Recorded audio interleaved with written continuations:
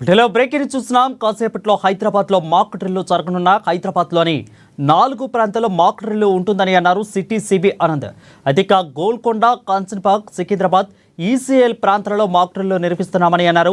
ప్రతి జంక్షన్లో 2 నిమిషాల పాటు యొక్క సైరన్ మోగుతుందని తెలిపారు. ఇక సైరన్ మోగినప్పుడు ప్రజలంతా ఇళ్లకే పరిమితం కావాలని అన్నారు. ప్రజలను అప్రమత్తంగా ఉండాలని అన్నారు. అయితే ఇక కేంద్ర ఆదేశాల మేరకే ఆపరేషన్ అభ్యాసం చేస్తున్నామని అన్నారు సివి ఆనంద్.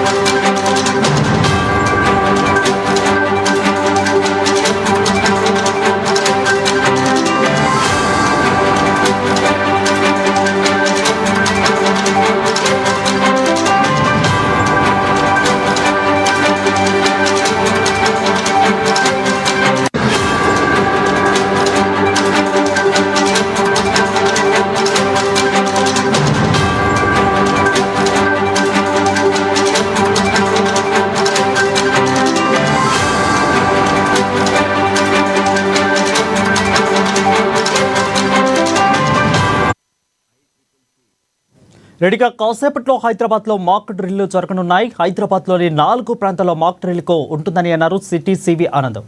గోల్కొండ, కాంచన్బాగ్, సికింద్రాబాద్, ఈసీఎల్ ప్రాంతాలలో మాక్ డ్రిల్ నిర్వహిస్తున్నామని అన్నారు ఆనంద్. అయితే దీనిపై ఎవరైతే సమాచారం మా ప్రతినిధి రమేష్ అందిస్తారు.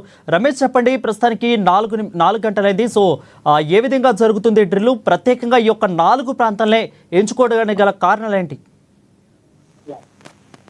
ఈ రోజు రాత్రి జరిగినటువంటి ఆపరేషన్ సింధూర్ నేపథ్యంలో దేశవ్యాప్తంగా కూడా ఏదైనా అనుకోని ఘటనలు జరిగితే, ఉగ్రదాడికి సంబంధించిన ఘటనలు జరిగితే ప్రజలను ఏ విధంగా అప్రమత్తం చేయాలి, అదేవిధంగా ప్రాణ నష్టం, ఆస్తి నష్టానికి సంబంధించి మాక్సిమం తగ్గించుకునే దిశగా కేంద్ర ప్రభుత్వం అయితే దేశవ్యాప్తంగా మాక్ డ్రిల్ చేపట్టింది. సాయంత్రం 4 గంటలకి దేశంలోని సుమారు 250 ప్రాంతాల్లో ఈ మాక్ డ్రిల్ ని ఏర్పాటు చేయాలని చెప్పి ఇప్పటికే ఆదేశాలు ఇచ్చిన నేపథ్యంలో మన దగ్గర హైదరాబాద్ లో 4 చోట్ల జరుగుతుంది. జంట నగరాలకు సంబంధించి సికింద్రాబాద్ రైల్వే స్టేషన్ తో పాటు కంచన్బాగ్ డిఆర్డిఓ, అలాగే నాచారం ఎన్ఎఫ్సి లో, అలాగే గోల్కొండ ఏరియాలో కూడా ఈ మాక్ డ్రిల్ అయితే నిర్వహిస్తున్నారు. వీరికి సంబంధించి ప్రత్యేకంగా 4 నోడల్ ఆఫీసర్ ని, ఒక్కో ఆపరేషన్ కి, ఒక్కో మాక్ డ్రిల్ కి 4 నోడల్ ఆఫీసర్లను కూడా నియమించడం జరిగింది. వీరితో పాటు డిఆర్ఎఫ్ బృందాలు, అట్లాగే ఫైర్ సేఫ్టీ బృందాలు, అలాగే ఆర్మీకి సంబంధించిన సిబ్బంది కూడా ఇక్కడ ఉంటారు. ఏదైనా బాంబ్ బ్లాస్టింగ్ జరగడం కానీ లేదా ఇతర ఫైరింగ్ ఏదైనా జరిగినప్పుడు ప్రజలను అప్రమత్తంతో పాటు వారు ఏ విధంగా తమని తాము రక్షించుకోవడం అనే దాంతో పాటు ఇతరులకు ఏ విధంగా సహాయం చేయాలి, ఆపరేషన్స్ కొనసాగుతున్న పరిస్థితులలో ఏ విధంగా రక్షణ దళాలకు వాళ్ళు ఏ విధంగా కోఆపరేట్ చేయాలనే అంశాలపై కూడా ఈ ఆపరేషన్ అయితే చేస్తున్నారు.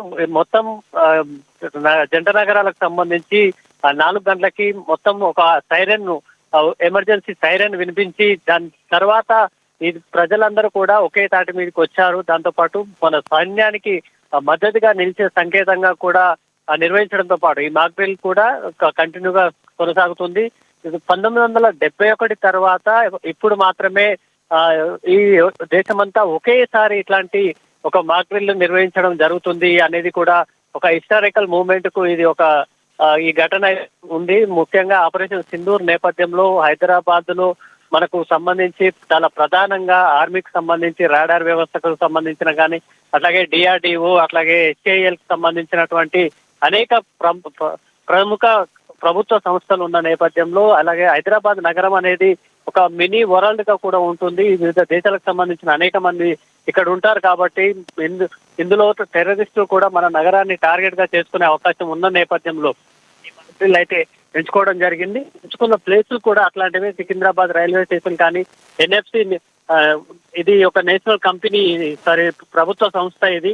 అట్లాగే దీంతో పాటు కంచన్బాగ్ సంబంధించిన DRDO సంస్థని ఎంచుకోవడం జరిగింది. గోల్కొండ హిస్టారికల్ ప్లేసెస్ కాబట్టి ఇట్లాంటి ప్రముఖమైనటువంటి 4 ప్లేస్లని అలాగే పబ్లిక్ రష్ ఉండేటువంటి ప్లేస్లని మాత్రం తీసుకొని ఈ ఆపరేషన్ అయితే కొనసాగుతుంది. సో మార్పిల్లో సంబంధించి ప్రజలు ఏదైనా బాంబ్ బ్లాస్టింగ్ కానీ ఫైరింగ్ కానీ లేదా అనుకోని ఒక ఏదైనా ఘటన జరిగినప్పుడు ఏ విధంగా తమను తాము రక్షించుకోవాలనే విషయాన్ని ఇక్కడ అవగాహన కల్పిస్తున్నారు. దాంతో పాటు ఇప్పటికే సిబి ఆనంద్ కూడా ప్రెస్ మీట్ పెట్టి దీనికి సంబంధించి చెప్పడం జరిగింది. ముఖ్యంగా ఫేక్ న్యూస్ లు ఎవరైతే స్ప్రెడ్ చేస్తారో వాళ్ళ మీద తామైతే సీరియస్ గా ఉంటున్నాము, దానికి సంబంధించి కేసులు నమోదు చేస్తామని కూడా చెప్పడం జరిగింది. దీంతో పాటు మాక్డ్రిల్ అవగాహనలో వీలైనంతగా ఎక్కువగా పాల్గొనాలి, వాళ్ళు ప్రజలకు అవగాహన కల్పించాలని కూడా ఆయన సూచించడం జరిగింది. ఈ సందర్భంలో సైన్యానికి మద్దతుగా ఉండాలని కూడా చెప్పడం జరిగింది వారు. రైట్ రమేష్ అయితే ఈ యొక్క మాక్ డ్రిల్ ప్రస్తుతానికైతే తెలంగాణ రాష్ట్రంలో 4 ప్రాంతాల్లో హైదరాబాద్లో ఇచ్చారు. సో సెకండ్ జోన్ కింద మళ్ళీ ఏమన్నా విస్తరించే అవకాశాలు ఏమైనా కనిపిస్తున్నాయా? ఎందుకంటే ఆల్రెడీ కూడా ఆపరేషన్ సింధూర్ అనేది స్టార్ట్ అయిపోయింది, ఇటు పక్క ఆపరేషన్ అభ్యాస్ స్టార్ట్ అయిపోయింది.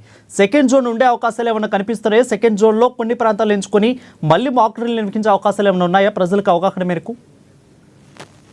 ఇప్పుడు మనం ఒకసారి చూస్తే కనుక గతంలో బంగ్లాదేశ్ ఏర్పాటు సమయంలో ఇండియా పాకిస్తాన్ మధ్య వార్ జరిగినటువంటి సందర్భంలో ఇలాంటి దేశవ్యాప్త మాక్ డ్రిల్ అనేది నిర్వహించారు. ఇప్పుడు ఆపరేషన్ సింధూర్ తర్వాత ముఖ్యంగా పాక్ భూభాగంలో ఉన్నటువంటి ఉగ్రవాద స్థావరాల మీద కూడా భారత్ నేరుగా దాడి చేసిన నేపథ్యంలో ఇటు పాకిస్తాన్ కానీ పాక్ ప్రేరేపిత ఉగ్రవాదులు కానీ దాడి చేసేటువంటి ఘటన అవకాశాలు ఉన్న నేపథ్యంలో జాతీయ స్థాయిలో అన్ని రాష్ట్రాలను కూడా అలర్ట్ చేసినటువంటి పరిస్థితి ఉంది. మన దేశానికి సంబంధించి మన ముఖ్యమంత్రి కూడా కొద్దిసేపటి క్రితం మాట్లాడడం జరిగింది. ఇది రాజకీయాలకు సంబంధించిన అంశం కాదు కాబట్టి ఖచ్చితంగా దేశమంతా తమ ఇంటిగ్రిటీని ప్రజల ఐక్యతను కూడా చెప్పాల్సినటువంటి సందర్భం అనేది చెప్పడం జరిగింది. దీంతో పాటు సామాన్య ప్రజలకు అవగాహన కల్పించడంలో భాగంగా మొదటి దశకు సంబంధించి ఈ 4 ప్రధాన ప్రాంతాలను ఎంచుకోవడం జరిగింది. చూడాలి ఒకవేళ పాక్ ఎలాంటి స్పందన ఇస్తుంది, రెస్పాన్స్ ఇస్తుంది ఈ